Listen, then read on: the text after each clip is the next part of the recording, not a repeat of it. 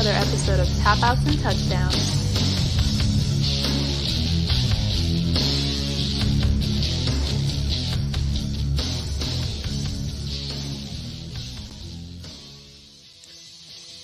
Man, what is this, Bill? What's going on?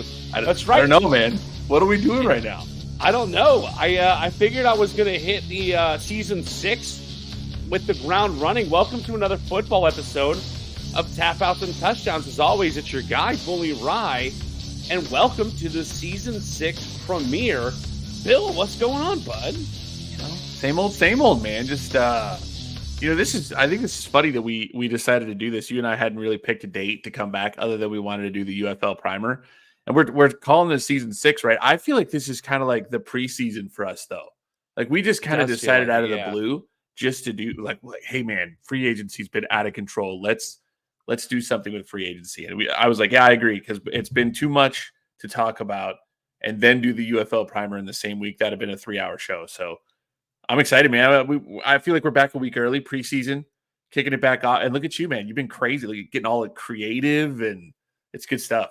Yeah, coming up with a new intro video, coming up with some new graphics here. Literally did it all myself. So, it's an evolving sort of thing. But I do want to welcome anybody that's watching live. Volley Polly in the chat already. If you're watching the show live, make sure you enter a comment wherever it is, be it Facebook.com/tapouts and touchdowns, YouTube at tapouts and touchdowns, or on X at tapouts and TDs. Join the conversation, because we came back a week early for a reason, because there's a lot of stuff going on in the world of football. Before we get there, did a little tweak into the format. We normally end the show with my favorite segment, and instead, we're going to start off the show with my favorite segment, and that's Homer's Corner. Because before we get into football talk, I do want to remind everyone, as far as my Homer's Corner goes, that March Madness starts tomorrow. That's right. The NCAA basketball tournament starts tomorrow. Bills, Florida Gators are in. My South Carolina Gamecocks are in. North Carolina somehow managed to get the last number 1 seed in the tournament. My favorite time of year, I've got a huge bracket pool right now.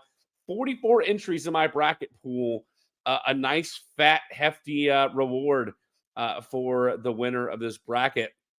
Bill, before I go to your Homer's Corner, do you feel like this is Christmas Eve when it comes to college basketball right now? Like I do. Like, I love this. This is my second favorite time of year when it comes to sports. I do normally do that. Except for this year, I kind of messed up, and I allowed my wife and daughter to schedule a vacation, like a getaway weekend this weekend. Oh yeah. I didn't even think about what weekend it was, and then all of a sudden, like, we're getting closer, and then I realized, oh no, I scheduled it during the college, like the best college basketball, maybe the best sports weekend all year long. 4 days of just absolute wall-to-wall college basketball is so much fun, and I probably won't see a whole heck of a lot of it. Won't see any of it. Whoops. It's the busiest time of year of all things for vasectomies, because there's nothing you can do but sit and ice your manhood. Brilliant. And so every year, this time of year is notorious for vasectomies for that very reason. Bill, your Homer's Corner takes us back to football, and you want to talk about the Miami Dolphins salary cap redemption in this offseason. Well, I just wanted to I went into this offseason. Obviously, I'm always going to be kind of a guy that's pretty positive. I want to have a positive outlook. The Dolphins are the best they've been in 23 years. Back-to-back playoff appearances. I know we don't have a playoff win. They keep talking about that. Listen, we needed to get out of the basement first, or get out of mediocrity, and we finally seem to have done that, as we're starting to get a little bit of consistency with how good the team really is. We went into this offseason just a mess with huge free agents, up on the board. I think we were $53 million under or over the cap. I mean, just absolute disaster. We're talking, great players that are going. I think we had, and we talked about it in the show, how many of the top of the list free agents we had that were unsigned. One of those being Christian Wilkins, one of those being Robert Hunt. Those guys all left. They're gone. They got signed for over $20 million. You know what that does mean? Compensatory picks next year. Looking forward to a few third rounders, maybe 2, maybe 3. We'll see what happens. But somehow Miami has not only replace their players. Now, granted, they've lost a little bit. I don't know if you watch Pro Football Focus or look at Pro Football Focus, but they talk about the win against replacement, right? Yeah. So they've actually got a chart out there that tells you what teams have done well in free agency and whether or not they've improved their team or not improved their team. Miami's basically they've stood pat. Thank goodness. We've lost all these good players, but they've been able to sign players. They got a new corner, actually the best corner in free agency. I have no idea how they've been able to do it. And Ryan, believe it or not, sitting right now as we speak, the Dolphins are about $18 million under the salary cap, even with all the people that they've signed. And after June 1st, they're going to free up like another $18 million. So they'll have, if there are players out there that are still waiting, including their center that was the number 2 rated center in the NFL last year. He hasn't signed with anybody yet. And people are speculating that he's going to try to sign back with the Dolphins. Because right now he had a torn ACL late in the season. I think it was in the Tennessee game. They've gotten themselves out of cap hell, man. And they're actually looking, they've stood pat as it stands. Today, the rumor came out that they're looking to sign Odell Beckham. Yes, just absolute insanity. Madden players rejoice, right? Let's go. Let's go. I mean, it's cool. I cannot believe what our GM has been able to do. I really, really I thought this was going to be like the horror of the offseason. Like, we had this great, we're in the playoffs. We go to Kansas City. We watch people lose their fingers and toes and lose a playoff game. And we're going to be bad next year because we just couldn't afford to pay the players. Not going to happen, pal. We're reloading. Let's go, Dolphins. This is awesome. I told you on the show, I cannot wait to see what our guy cooks up, Chris Greer, our GM. And he's down there cooking, man. It's so cool. That's fantastic. Real quick, your wife, Mrs. Makerville, got in the chat. Why did I have to say anything? Like, we're just going to go to this bar. Yeah, we're not going to sports bars this weekend because you're not going to be able to sit down. Man. Yeah, unfortunately, some bad news out of Detroit. They're looking for Cam Sutton, wanted for felony domestic abuse. I heard a story that he supposedly threw his girlfriend out of a 3rd-story window. So not good things coming out of Cam Sutton. Austin Thompson in the chat. What's up? Austin just joined my bracket challenge, my tournament challenge for March Madness. So good stuff. Listen, we got a lot of free agency stuff to get to, and we've got an hour-long show. But before we get to the NFL talk, let's go to the world of college football and the ever expanding college football playoff. Bill, people met within the last week to discuss expanding the college playoff again, despite this year being the first year they're going to 12 teams. Right now, this meeting that they had basically opens the door to move the playoff to 14 teams in 2026. The hang up is the Big Ten and the SEC want first-round buys for their conference champions. In this agreement that is being thrown around right now, the Big Ten and the SEC would make more than $21 million per school, up from roughly $5.5 million each team in the Power 5 leagues received during the 4-team era. The schools in the ACC would receive more than $13 million annually. The Big 12, from the Big 12, as well as Notre Dame, are expected to receive more than 12. There's a TV deal that's sort of kind of all but hanging on the line. Somewhere around the lines of $1.3 billion is being thrown around in order to not only expand this playoff, but to expand it for the TV deal. Bill, we haven't even seen the 12-team playoff yet. Why are they already going towards 14-team playoff? I think 12 is too many. Why are they going to 14? It's money, man. It's more money to be made, more games on television, larger contract for TV. That's all that ever drives this stuff. I mean, that's the only reason we're going to the 12-team playoff. They realized how much money they could make. I'm not sure. Now, the one that I saw had I believe it was Big Ten and SEC getting teams locked in. Now they tabled that because they were like, people were like, no, you can't do that. We can't have teams locked in. That's ridiculous. Is that still the 14-team proposal that we're seeing now? Are they still talking about teams getting locked? There was an insane amount of money going to the Big Ten and SEC in the original proposal. It was like $760 million to go to those two conferences, and the next highest conference was getting $300 million, which was just, I mean, crazy, like discrepancy between. I don't see how you can do that. I understand that the SEC and the Big Ten being as large as they are now, get a little bit more money than some of the other conferences, and they probably have better competition in those conferences. I kind of get that. I don't love the discrepancy, but I think it should be equal. Just the teams that get in the playoff get money. That's the way I feel about it. But or at least the conferences, right? And you get it based on how many teams you got in. Does that make sense? Maybe not, because then I guess you could bribe. But I don't know. It seems a little weird to me to have discrepancies there. But 14, it's all about money, man. We're just trying to. They're all just trying to make money. Yeah, listen, it's Not sure hard to. Not sure that's bad for us. I mean, it's not bad for a team like South Carolina, who, if they can sneak their way into the top 15 before the end of the season, all of a sudden now they're in the college football playoff just to get blown out by the third or by the fourth, fifth team. You don't know. We haven't seen this yet. So the college basketball tournament is so much fun because you have these teams that can compete with the larger teams and surprise them. I mean, we saw our first 1 seed get dropped a few years ago, and in Virginia, who got blown out last night. Right. In the playing actually, game. For the playing game. But you don't know. I don't think you know if a team can surprise another team because of the pressures, things like that. We've seen it already kind of in the college football playoff. I don't think anybody thought Alabama was going to be even close to Michigan, and they almost beat them. I mean, I don't know. Like, for me, it's kind of, I don't want to say it's watering down the regular season, but the reason it was so hard to play for a national championship was because the regular season mattered so much. If you go back and look at like teams 8 through 14 in last season, a lot of them had 2 and 3 losses. So it kind of defeats the purpose. The 14 team playoff was at least argued that the SEC and the Big Ten wanted. Obviously, they wanted first-round buys, and they also wanted 2 or 3, like you said, automatic bids from their conference. Cannot stand it. Well, here's the crazy thing about it, Bill. At some point, the other conferences are going to cease to exist. The Pac-12 is gone, and we're about it's not. No, it's not. It's the Pac-2. It's the Pac-2. I thought they signed an agreement to play in the ACC. Oh, did that change? Because I thought they had signed an agreement to play with in the Mountain West, basically, but they were going to stand separate from the Mountain West.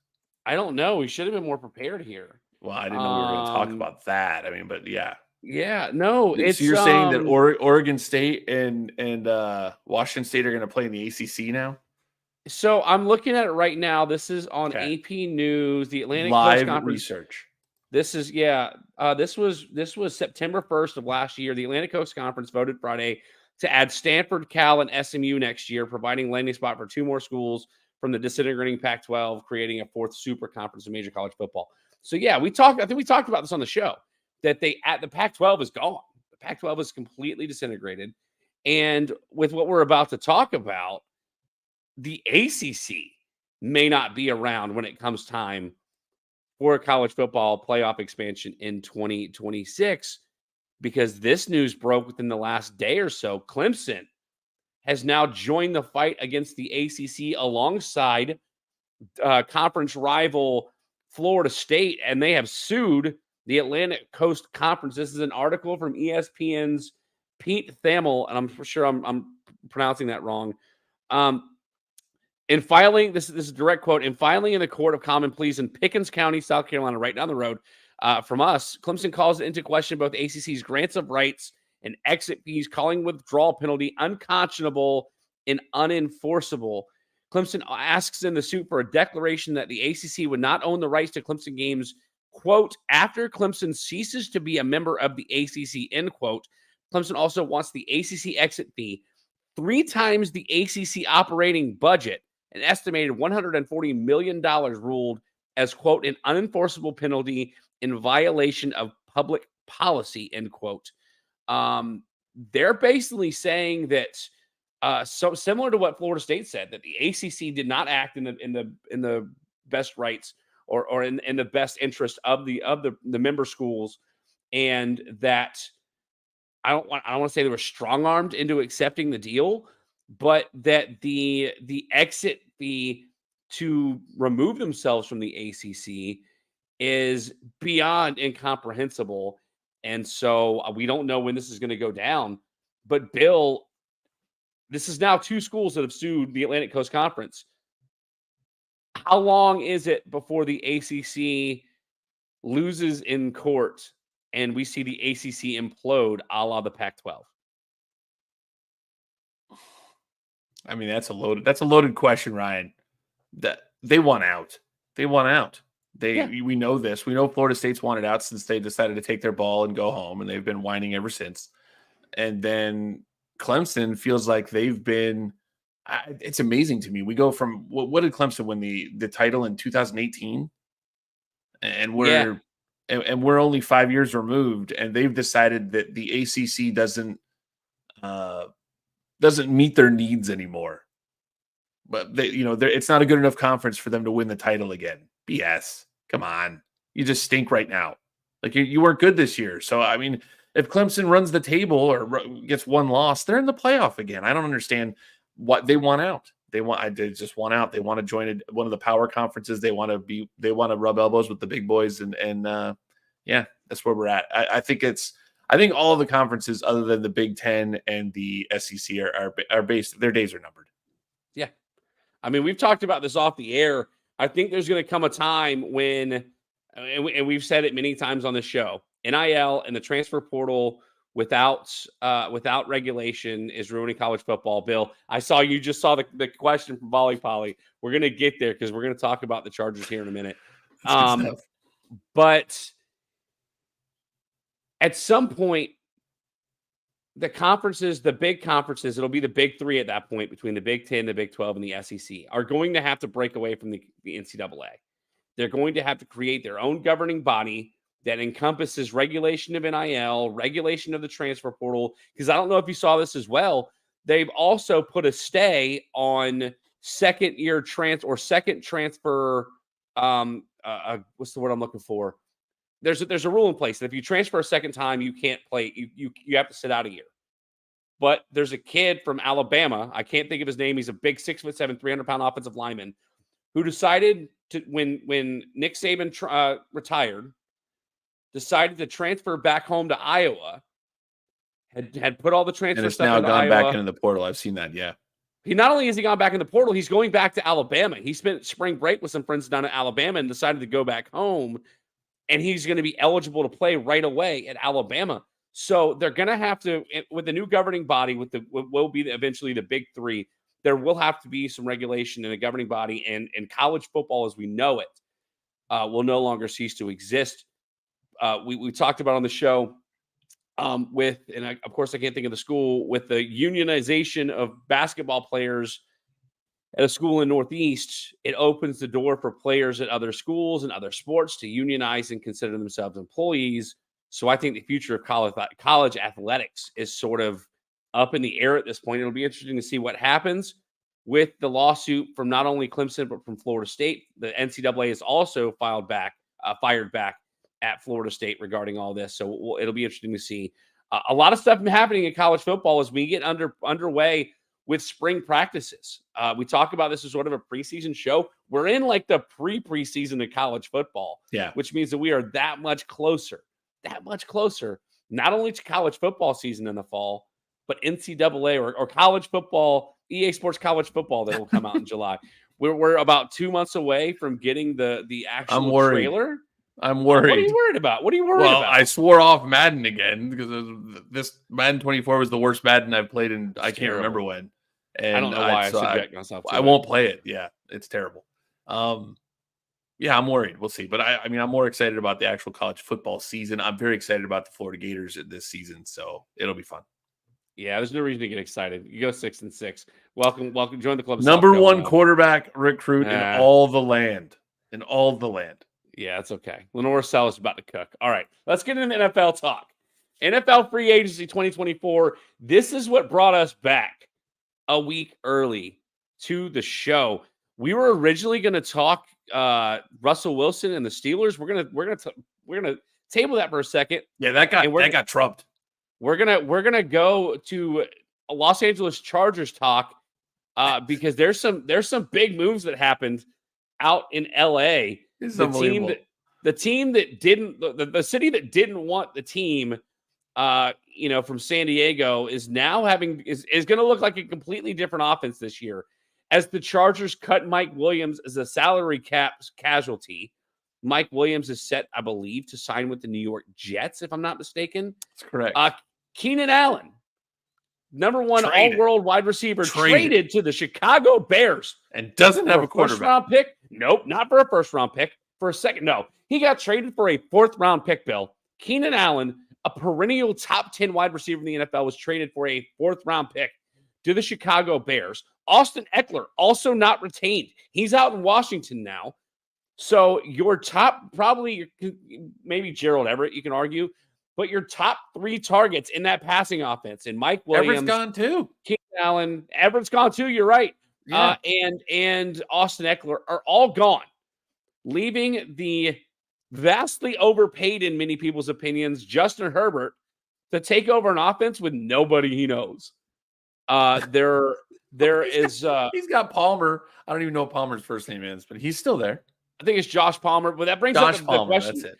the Volley Polly had. I want to know. He said we hadn't gotten there yet, but I want to know factor crap for Banker Bill. No, and this is a direct shot at me because of what I predicted last season. Yes, for the Hayden Hurst and the Carolina Panthers.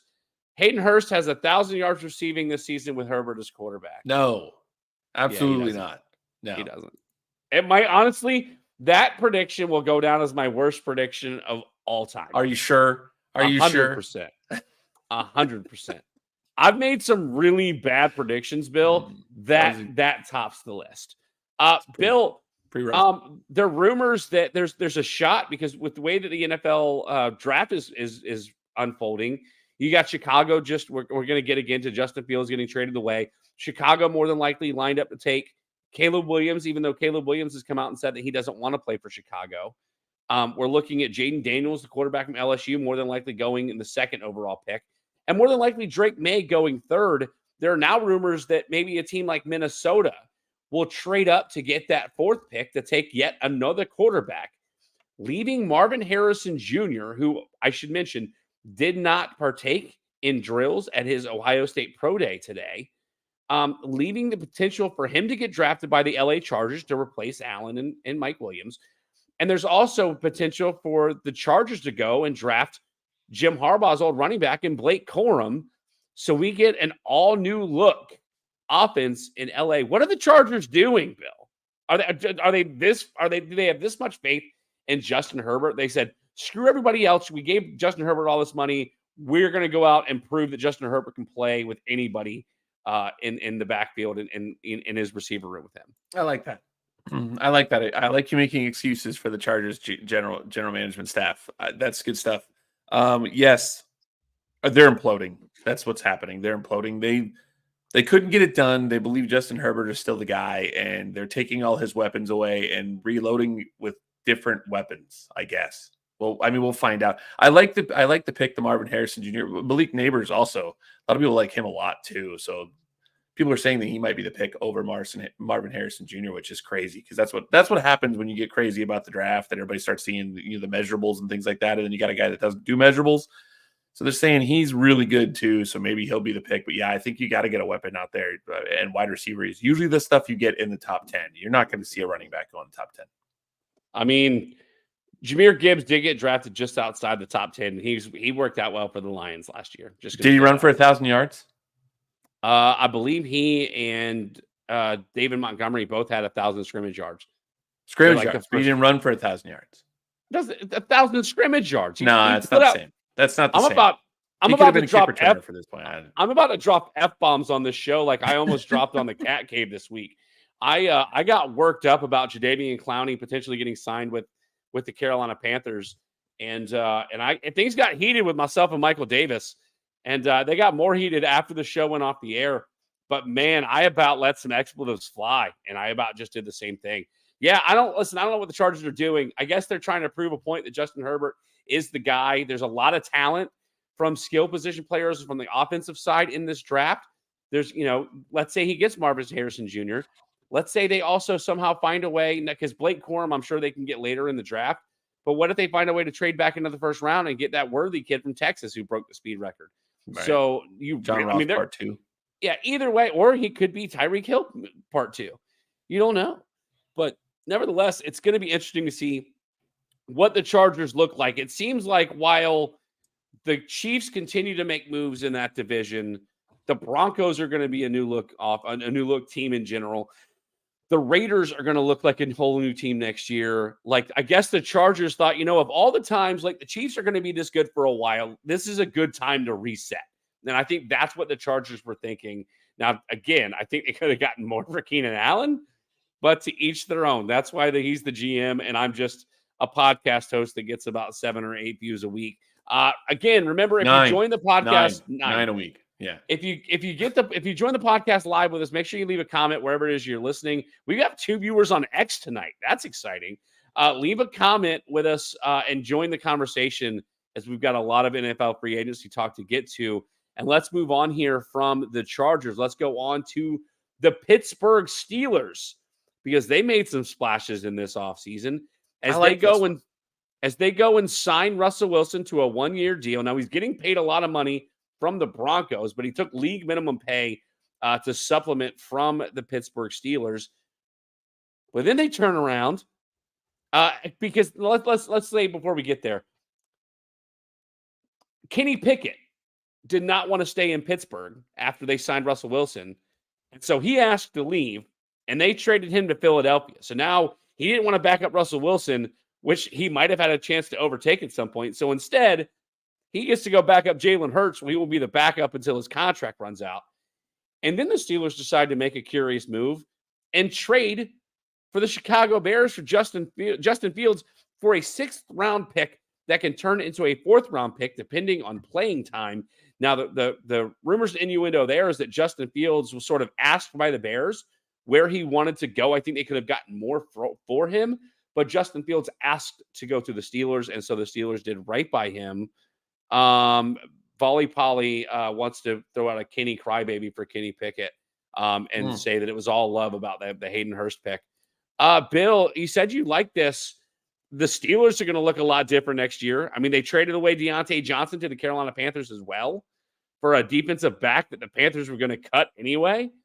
What do you expect from the Steelers now that they got a new quarterback room and potentially some new wide receivers coming in to go along with George Pickens? Well, they didn't have a bad season last year, right? And they really didn't have very good quarterback play.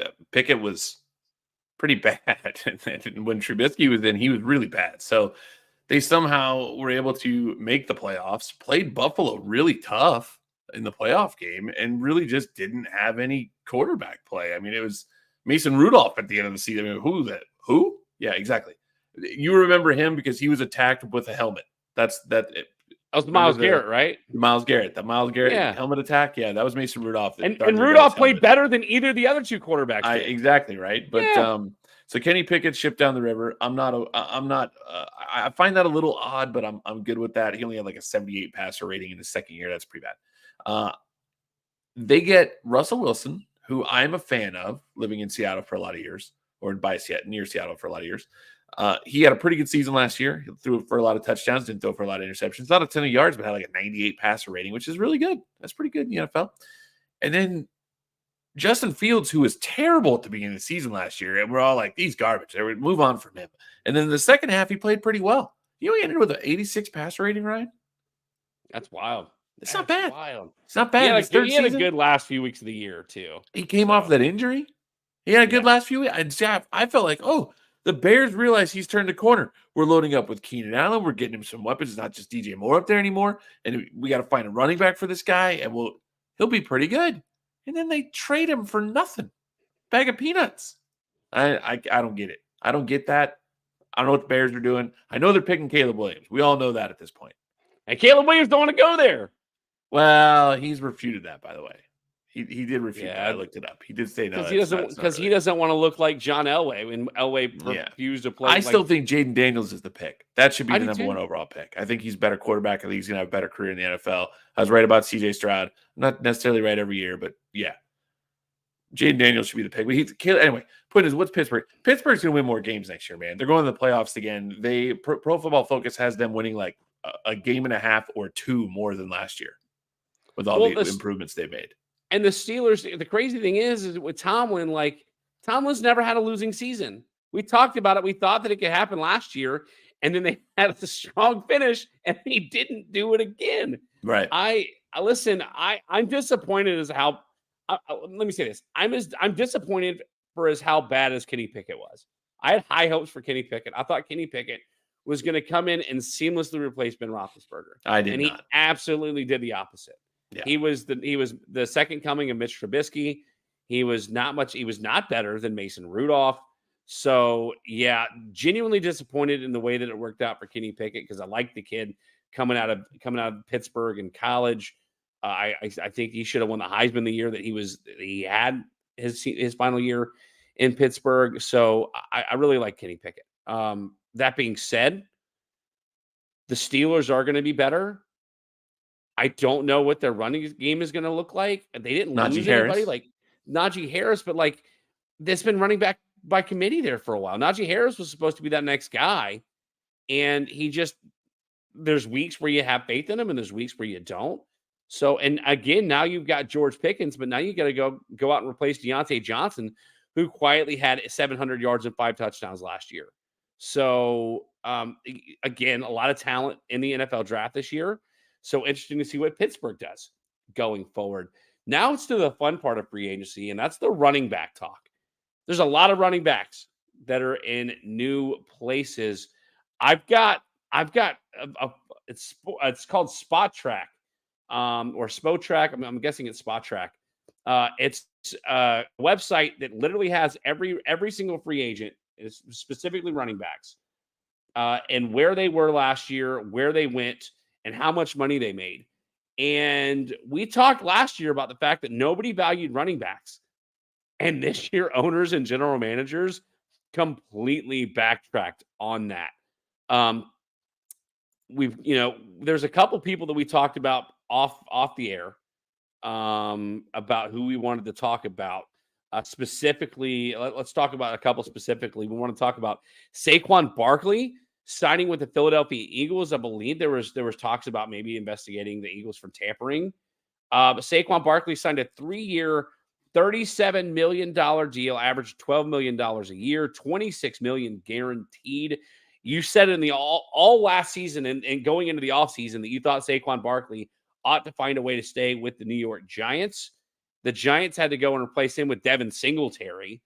How do you like the move for Saquon Barkley going out to Philly? I hate it because I like the Giants. My dad's a Giants fan. My uncle's a Giants fan. Timmy Costello from he's been on the show before. He's a Giants fan. He came on with the Saquon Barkley jersey. He's ready to burn it. I hate. I mean, he really is. Burn it. I'll take it. I'll collect jerseys. Give it to me before you burn it. Don't wait. Exactly. Yeah. He's miserable. Everybody's miserable. Giants fans are miserable. They wanted Saquon. It was their guy, and he signed with a huge rival, and that hurts. I mean, that hurts. You have anybody that for us it would be at this point going to Buffalo. That stings. And you lose him, then you lose him to a rival. That's a bad deal. Now you got to see him twice a year.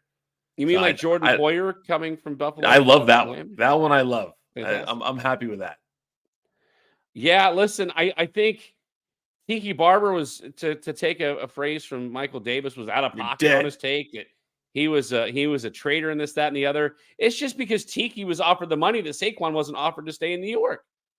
If Saquon, instead of paying Daniel Jones, had the Giants paid Saquon, that ship has sailed, man. Saquon would still be in New York. I know. Yeah, you're right. I mean, you're right. They could have given him the money if they didn't pay Dan, and they really didn't pay Daniel Jones like a top flight quarterback, but they paid him way too much money. When you have him playing as bad as he did, you have Tyrod that came in last year, played better than Daniel Jones. And then you had Tommy Cutlets playing almost as good as all of them. Gabagool. Exactly. Yeah. At least as good as Daniel Jones, and then you're paying Daniel Jones $40 million. Like, that hurts. And now you got to watch your anointed son at running back go to your absolutely hated rival.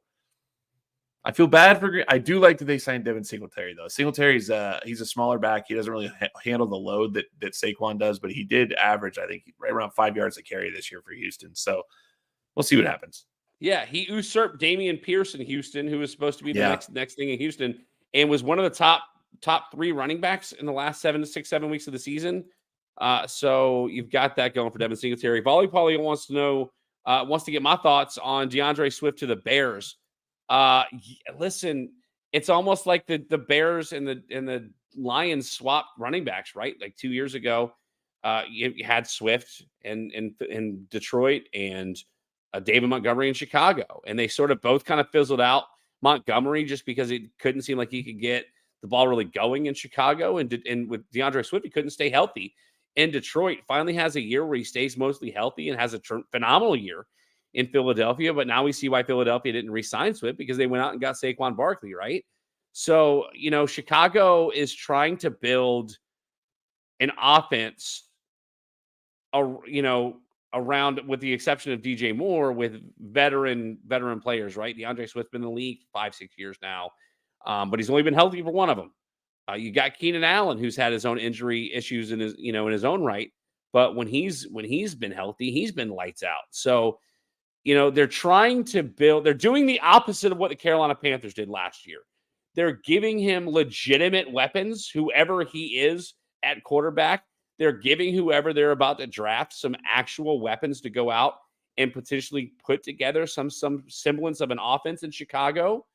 Whereas the Panthers were like, let's give Bryce Young the ball and let him play point guard. So, yeah, listen, I'm not upset about it. Like, I was upset that Swift never panned out in Detroit, but we could have been the team. Let me see what DeAndre Swift got. He got 3 years, $24 million, 15.3 guaranteed, average 8 years, 8 a year. I don't think he was ever going to get that in Detroit. And not to mention he couldn't stay healthy. So more power to Chicago for getting Swift, more power to Swift for getting a contract. If he can stay healthy in Chicago, there's a potential there to have at least a formidable offense when you've got a division, with the exception of the Vikings, that are built with really strong defenses. I mean, both Detroit and Green Bay have really, really good defenses, especially with Detroit signing DJ Reader. Like, they're going to be a phenomenal run defense. Go ahead. I got to ask you, Ryan. Well, let's stay on the Bears for a second. If you watch the Bears moves this offseason, we like the Keenan Allen move, of course, right? He's been a stud, and he doesn't really get hurt that often. He's pretty healthy and had a great season last year. I mean, he had a great season. He got hurt 2 years ago. The year prior, he had hamstring injuries. He's had ACLs in the past, and he's older. So, and he's older, but I mean, he's a stud, right? So we like that, and we thought they were helping Justin Fields out, and they've got the number 1 overall pick, and trade that away for a ton of picks, and you can put a lot of guys around him. And then they do something weird, and they trade Justin Fields away for a 6th rounder, which you felt like he was your starting quarterback. Right now, is your starting quarterback a 6th rounder? Not if he's not Tom Brady, right? You're not going to get a 6th round starting quarterback. You've got 2 guys that are that low in the NFL that we can remember, Brock Purdy and Tom Brady, right? So if you're a Bears fan, do you even feel good about what's happening, right? You started to get a little bit excited. Keenan Allen got you a little excited. But now that they've dropped Fields for a 6th, Caleb Williams, for all of the scouts loving this guy, he is totally unproven. He hasn't won a big game in college. He's ran from everything he could put that possibly makes him look bad. Oklahoma, he started to feel like the team was going downhill. He ran to USC with his coach. His head coach, but then he was terrible there. He was terrible there. They were always ranked higher in preseason than they ended the season. He was terrible. He's not good. But they love him. I think he's fantastic. That's typical Southern Cal Notre Dame bias right there. Listen, Chicago Bears fans thought they were going to win the Super Bowl last year. They think they're going to win the Super Bowl this year. Chicago fans think that they will win the Super Bowl next year. I just don't feel good about that team at all. I really don't. If I'm a Bears fan, I feel bad. If I'm a Bears fan, I'm excited because the Bears are trying to put together a team. But the old adage goes that the teams that win free agency don't necessarily ever win anything else. Correct. You're right. So they're doing what they can to get the fans excited about the team, because they knew they were going to be trading away Justin Fields potentially for a quarterback that doesn't want to be there. So, if I'm a Chicago fan, I'm excited that Swift is there. I'm excited that Keenan Allen is there to go alongside DJ Moore. And I'm excited potentially whoever the next quarterback is going to be. I think Justin Fields probably would have been a lot better with the guys they brought in. But again, I mentioned it a second ago. The NFC North is stacked with 2 really good defenses in the Packers and the Lions. Now, the Lions struggled against the pass last year. And with the news coming out about Cam Sutton and losing Gardner Johnson back to Philadelphia, they're going to have to go and try to get some defensive backs in the draft. but they signed DJ Reader, who ranked 10th against the run among defensive linemen last year, whereas Aleem McNeil, the other defensive tackle, ranked 8th. So they're going to have a really stout defensive line to stop a guy like DeAndre Swift from running all over them next year. Stop a guy like Josh Jacobs, who is now in Green Bay. Green Bay lets go of Aaron Jones because they signed Josh Jacobs to another monster contract, 4 years, $48 million with only 12.5 guaranteed. But with Aaron Jones gone, Aaron Jones, I actually predicted it as soon as they released him. I said, Aaron Jones can wind up in Minnesota, and within 2 hours, he was a Viking. So again, it's fun to speculate for Chicago, but it's going to be more of the same because that division is not getting any easier. The other running back we wanted to talk about has to do with Derrick Henry. No longer in Tennessee. Tennessee signs Tony Pollard from the Dallas Cowboys. I'm excited because that means they re-signed Rico Dowdle, did the Dallas Cowboys, former Gamecock, has an opportunity to be the starting running back in Dallas this year. So I'm excited for that. I didn't know he was a Gamecock, or you didn't really know who he was. Or didn't care, maybe. Yeah, either way. Yeah. But Derrick Henry, now with the Baltimore Ravens, Bill, there's a lot of people extremely excited about this move, and I am not one of them. What are your thoughts on Derrick Henry in Baltimore? Come on, man. How can you be excited about it? The only good news is Derrick Henry is going to need a wheelchair here shortly. So, but he's terrifying. And you predicted another one of your terrible, wrong again, Ryan, predictions that this was going to be his down year. It was not. He's still a monster. Remember, we're talking about your predictions. There's just another one that's bad. I'm waiting for a good one. I'm waiting for a good one. But anyway, so this one was bad too. And now he goes to what is probably the best team in the AFC. I mean, obviously the Chiefs beat them, but we all thought that if Lamar played well in the playoffs, which he did not again, that they would be the best team and they would probably win the Super Bowl. We saw what they did in San Francisco, and San Francisco obviously made the Super Bowl. So it scares me. Now they don't have to rely as much on Lamar. It's they haven't had a running game there. They were relying on a rookie running back this year, and it didn't go well. Obviously, he got hurt in the playoffs, but they're going to be better. Unfortunately, that's bad. Derrick Henry signs a 2-year, $16 million deal with the Baltimore Ravens. It's not even a big deal. I mean, you saw guys like Jacobs get more, and I mean, that's not even a huge deal. He's going there to win a Super Bowl. Well, the problem in Baltimore was that the running backs couldn't stay healthy. I mean, you had Gus Edwards for a while. He's now with the Chargers with Austin Eckler gone. J.K. Dobbins remains unsigned. And those were their main running backs going into the season. So, right. They've gone to a couple different guys due to injury. Listen, Derrick Henry, you could argue he didn't have a down year last year, but he did. I could pull up his stats, but you could see when he was getting hit behind the line of scrimmage, he was going down. If he got 3-4 yards deep, he was breaking away. But the problem is that they're going to try to run zone reads with him in Baltimore. And that's not the type of running back he is. He is a I formation, give him the ball with some momentum and let him take it past the line of scrimmage 3-4 yards deep and just run over people. That's not the kind of offense that Baltimore runs. Ryan.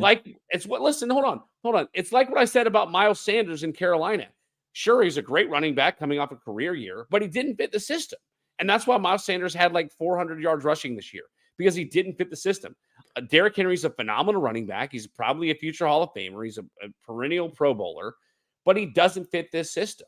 And people that are excited about Derrick Henry in Baltimore are simply trying to be excited about the fact that the legs of Lamar Jackson might get a little saving, but they got saved in the playoff game because they wouldn't let him run the ball, and he got demolished in the playoff game. He played terribly.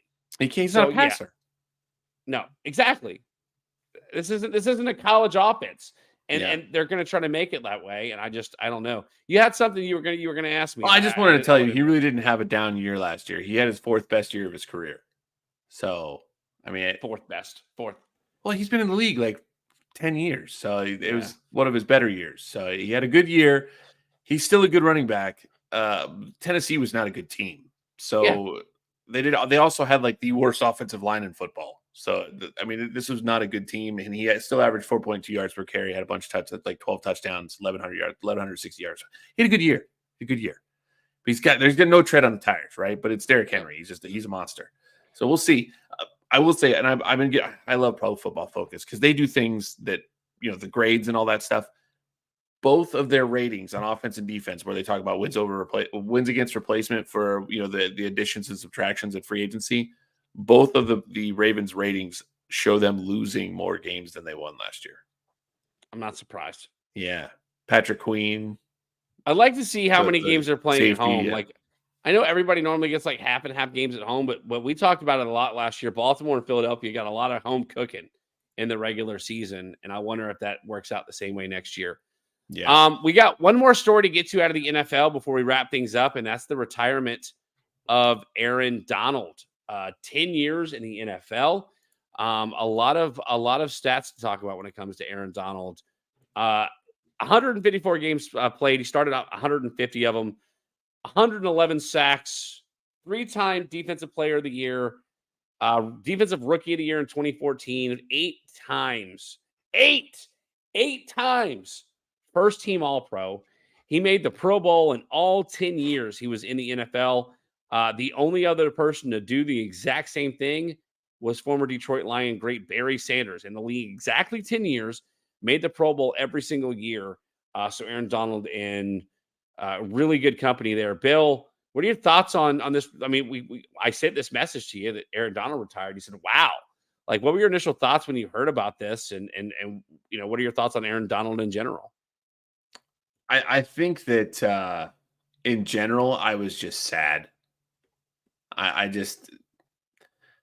saw an article that said that all of the quarterbacks in the NFL rejoiced when they heard this, anybody that's going to be facing Aaron Donald this year. But when you have a player that's that great, we're talking Barry Sanders great. Like, those are the only two guys, I think, that went to the Pro Bowl in all of their 10 years, right? They both played 10 years. They went to the Pro Bowl every single year. It's only two guys in the NFL history that did that, right? So we're talking, generationally great, like, the best player you'll ever see in your lifetime. So when he retired, I got a little bummed. I know he's not on my team. I would obviously have preferred that. But just losing a player that's that fantastic that you don't get to watch play anymore and be that dominant, where when he does make an amazing play, you're just like, wow, like, man, this guy, that's just so phenomenal. I think that's kind of how I felt, unfortunately. But not being on my team, I'm glad that Tua will feel better and sleep better at night now, knowing that Aaron Donald's not looking for him on any football fields. The entire NFC West, including the Baltimore, sure, including the Los Angeles Rams, like offensive line in practice, all are breathing signs of relief. You know what they did? The undefeated Dolphins cheers with champagne every year when the last undefeated team loses. That's what all the quarterbacks in the NFC West did this year. That's exactly what happened. They're like, yes, we don't have to deal with him anymore. The running backs, we don't have to deal with this man anymore. They were like, good for him though. Good for him. I mean, epic career. He'll be in the Hall of Fame, first ballot Hall of Famer. You would figure unanimous, right? And he's probably getting out of the NFL before his body breaks down, so he won't. He can enjoy his retirement. So that's fantastic, Aaron Donald, man. We're definitely gonna miss the guy. Yeah, he a phenomenal career. He had a phenomenal send-off on social media where he thanked everybody and had some really, really good graphics and stuff up. I think he's probably top 3 to top 5 defensive linemen all time. And we're talking about Reggie White. We're talking about Warren Sapp. Bruce Smith is up there. Yeah. So, I mean, it's one of those, like there was a meme that went out last year when Tom Brady officially retired and wasn't coming back. And it showed the quarterbacks that I sort of grew up with, in a sense of, like, from the end of high school into college, as I grew into a man, the guys that our quote unquote childhood was gone, and the Peyton Manning, both the Manning brothers, Phillip Rivers, Tom Brady, Drew Brees, that whole slew of guys are gone. And slowly but surely, we're going to have the changing of the guard on positions like this as well.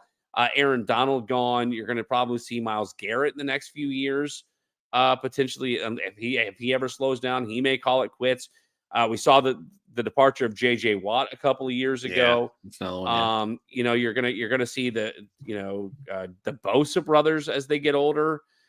So yeah, it's, again, phenomenal career, one of the best to do it, first ballot Hall of Famer.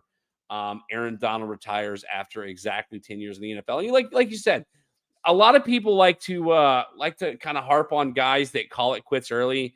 Guys like Barry Sanders, Aaron Donald, guys like Calvin Johnson, who wanted to be able to walk afterwards, right? Like Aaron Donald has mulled over retirement a I few want to be able times. to walk after I'm done playing. That's a great Like, idea. That's a good idea. And so kudos to him for acknowledging when it was time to walk away, despite having something left in the tank. Fingers crossed that we don't have a Brett Favre or Tom Brady situation where he decides to come back, and all this will have been for naught. You know, the reality is he's not out of his impactful playing time. It's some players play until they're not worth it they're not worth anything anymore. They're just camp bodies almost, right? Where they're still getting the starts. But Jason Taylor did that. Jason Taylor was, one of my favorite players growing up, Hall of Famer, had, huge sack years. And by the end of his career, he's getting like 6, 7, and then he goes to the Jets for a season and does nothing. And then he comes back to the Dolphins, has a decent year. But it was just like, dude, you're done. Like, it's not there anymore. Yeah. But I like that. I can't tell though.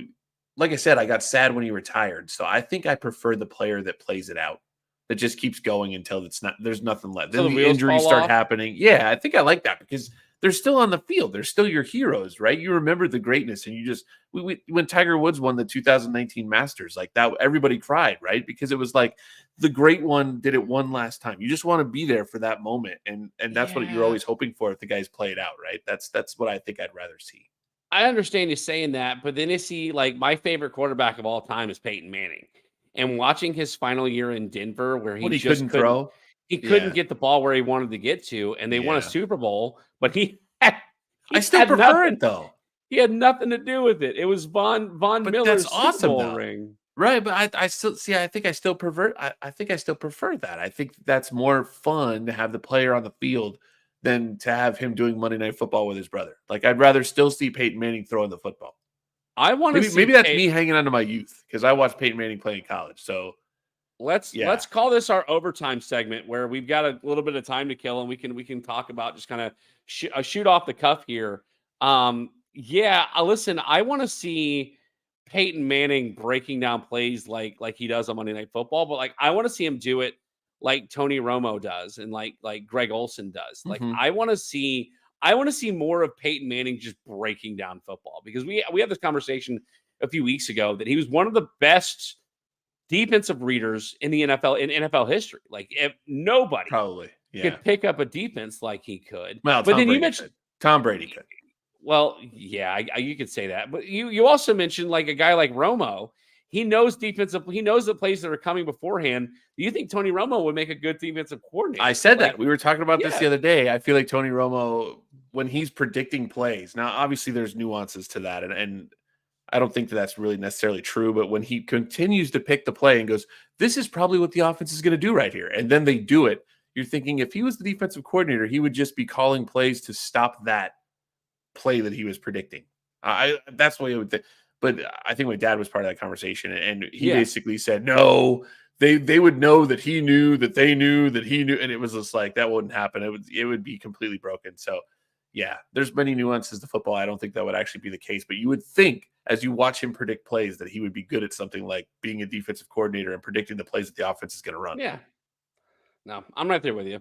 Bill, is there anything else that's been going on in the world of football, world of sports? I know next week we got some research to do over the next week. I got a question for you. UFL. Yeah, let's go. I got a question for you. So it's we're always running late. Segment. This is perfect. Yeah. This is the overtime segment. So I was reading about this guy today, and I want to know, because this guy is kind of near and dear to my heart for no reason other than the fact that I was hoping he would be better than he ever was. Where does Ryan Tannehill land this season? He's still a free agent, and there is no, obviously not very sought after, as there's nobody that's really trying to find the services of Ryan Tannehill, but he's not awful. So who goes after Ryan? I have a prediction, but I don't know. So just give me yours. What would you, off the top of your head? You like to do that to me where you're like, hey, Bill, by the way, how about this? Yeah. Like, you never do this to me. I like it. How do you feel about Ryan Tannehill? Miami? Oh, God, no. I don't know who your backup is down there. We really don't have one. Mike White was the backup last year. Skylar Thompson would probably be the backup. I think the fact that teams are going to draft quarterbacks, you don't know who needs a backup right now, right? And nobody wants to sign Tannehill as a potential starter because that's not what he is anymore. Again, I don't know who Call the him backup a bridge player. Call him a bridge. Yeah, player. there you go. Yeah, I could see him with the Jets behind Aaron Rodgers as a wow. So serviceable you're backup. signing him as a backup then? Yeah, I'm not signing him as a potential starter. He's a backup. I'm saying quarterback. if he's a bridge player, he has the potential to start this year. I don't think there's I've a got team. mine. You want mine? Yeah, let's see. I don't think there's a team that needs him as a bridge player. He's going to get signed as a backup somewhere. Everybody's got their people, except for maybe no, because Minnesota's going to go draft a quarterback. Yeah, I don't know. He's going to be a backup somewhere. Yeah, let's hear it. Denver Broncos. Really? They don't have anybody. Where are they drafting? Maybe they draft up. I think 12th. Like maybe they might get Michael Penix or Bo Nix if they draft a quarterback in the first round. I think they go after Bo Nix, and that's going to be the biggest mistake. It's going to be worse. It's Drew Lock all over again. Yeah, we've talked about this off the air too. Bo Nix. Let's get into the conversation. It's overtime. Of all the quarterbacks that are talking about getting highly drafted, is there a guy that we've talked about the fact that we don't have high hopes for Caleb Williams and we think Jaden Daniels is the guy. We've also talked off the air that Drake May is not. Drake May is the second coming of Mitchell Trubisky. Of some of these second to third tier guys, who do you think's got a chance to step up and surprise some people? Who do you think's gonna sort of not be as good as everybody? Everybody's got high hopes for Bo Nix. I don't. Michael Penix Jr. has gotten mixed reviews. Is there anybody out there? I mean, I can tell you mine, and it's going to be the homerest of homer picks of all time. You mean inaccurate pick? I think Spencer Rattler gets drafted in the second round. That's inaccurate, Ryan. Just like Spencer Rattler. He's not inaccurate, dude. Nope. You're not doing that to me. He's not inaccurate. He was running for his life all last season. Terrible combine. He didn't have a terrible combine. What are you talking about? It wasn't good. He had a good Senior Bowl. He had a good Senior Bowl. It wasn't great. Senior Bowl and at his pro day in Columbia, he was dropping dimes for 65-yard bombs. So was Malik Willis on a dime. So was Malik Willis, and they won't even let him get near the field. I think Rattler's going to wind up getting drafted in the second, maybe the third round. And he's gonna shock wherever he gets drafted. Imagine if Minnesota trades up and they get, I don't know, let's say Minnesota gets Bo Nix, and then they draft Spencer Rattler in the third or fourth round, like Washington did a few years ago when they drafted Robert Griffin III, and then they drafted Kirk Cousins in the same draft. The Vikings could do that, even though they just signed Sam Darnold. The Vikings can do that, and I think Spencer Rattler could beat out Bo Nix for a job. You don't? No. You think Bo Nix is better than Spencer Rattler? Here's the deal. Okay. So I've told you about the equation of quarterbacks, right? Yeah. Okay. The equation of quarterbacks, there's 32 jobs out there for quarterbacks, right? We have 5 to 6 to 7 players every single year that we're talking about to play quarterback in the NFL. Yep. Okay. When you break it down, you're going to have one good quarterback, one average quarterback that'll probably stay a starter for a while, and one guy that barely hangs on and kind of they're trying to make a starter. You're probably going to get 3. That's the average that you're going to get at any draft. Okay. If you get more than that in any draft, you're going to have to offset that with a bad draft the next year. And we could probably break this down for the last 10 years. It's easy to do. You can go down there, look at the drafts and say, okay, who succeeded, who didn't. And because of the amount of jobs that are available, you have to be at a certain level. So that's what it ends up breaking down to. So you have to pick your players in this draft to get one very good one average to good one, and one not so good, but still is a starter. That's all you get out of all of these guys. So you're looking at 3 guys that are probably going to go 1, 2, 3. And you would think that one of those guys is going to be at least the hit to very good. So it would be, good to very good. Right? You hope out of those 3. So basically, that's the point though, is that when you look at the averages of quarterbacks, Spencer Rattler going in the third round probably has a 0% to 0.1% chance of actually latching on and being a starter in the NFL. They said the same thing about Russell Wilson. It's just the law of averages. Russell Wilson was the third round pick, and he right, but then you go back to his draft and say who came out of his draft, and then the next year you have to, or the next few years, or even the year prior to, there might have been a bad draft. There was the draft that EJ Manuel was the top draft pick in the draft, and he was terrible. Exactly. And he went 19th overall. So then the next year after that, because you've got that draft, that crazy draft with Joe Burrow, Herbert, Tua was in it. That group of guys that were all in the same draft that all hit so far, right? So that breaks the drafts around them. So now who are you picking in this draft? You'd have to look. I mean, we could go back and say, okay, last year's draft kind of was crappy. There was the Kenny Pickett draft was crappy, that kind of thing. And then you can find out where you're at this year. So when you say like, I really feel good about Spencer Rattler, the odds are so stacked against that guy that it's almost like predicting Hayden Hurst is going to have 1,000 yards receiving. Maybe worse. Swear to God. You had to throw that one back in there. I'm just saying. Or maybe that Derrick Henry is going to have a bad season. Maybe it's that bad. I'm not sure. He is. It's one of those. He's going to have a bad year. All right, listen. We had a really fun overtime there. We could break that down now. We could do that coming into the draft. When we go to the draft, we'll break that down. I will figure that out. We'll do our mock drafts. I will give you the way that the quarterbacks work out, and we'll try to determine how many quarterbacks we're going to get out of this draft. All right, let's do it, folks. That's been our season 6 premiere. Next week, Bill and I have some research to do because we are going to be breaking down the UFL rosters going into next week's kickoff of the Stars UFL season. The Stars, yep. Yeah, we feel better about these guys than going through all the rosters like we did last year. We've seen them play, in either the XFL or USFL last year, so we can give you some stats from those leagues instead. Yep, you've got the Birmingham Stallions going to take the Arlington Renegades Saturday, March 30th at 1:00 on Fox. So we're excited to start covering the UFL. Listen, tell your friends, if you don't watch the UFL, you need to come listen to Tap Outs and Touchdowns, because I'm pretty sure we are going to be the only podcast, the only show covering the UFL extensively to keep you abreast of what's going on in that league and get you excited about watching spring football. But until then, reminder where you can find us on social media, facebook.com/tapouts and touchdowns, on X at tapouts and TDs, YouTube, search at tapouts and touchdowns, and that's where you can find us on all social media. Until then, it's been a phenomenal week. I say episode 1 of the preseason new season. Yeah, let's call it. We enjoyed it. We're going to have some wrestling shows back, some tweaks with the wrestling shows. PJ Steven is going to be on, but we're going to try to do things differently so we can have live wrestling shows again. But we are still going to be sticking with wrestling, but we are going to have football shows every week going into the UFL season, into the NFL draft, and then as we go into the postseason. So for Baker Bill, it's your guy, Bully Rye, and we'll see you next time right here on Tap House and Touchdowns.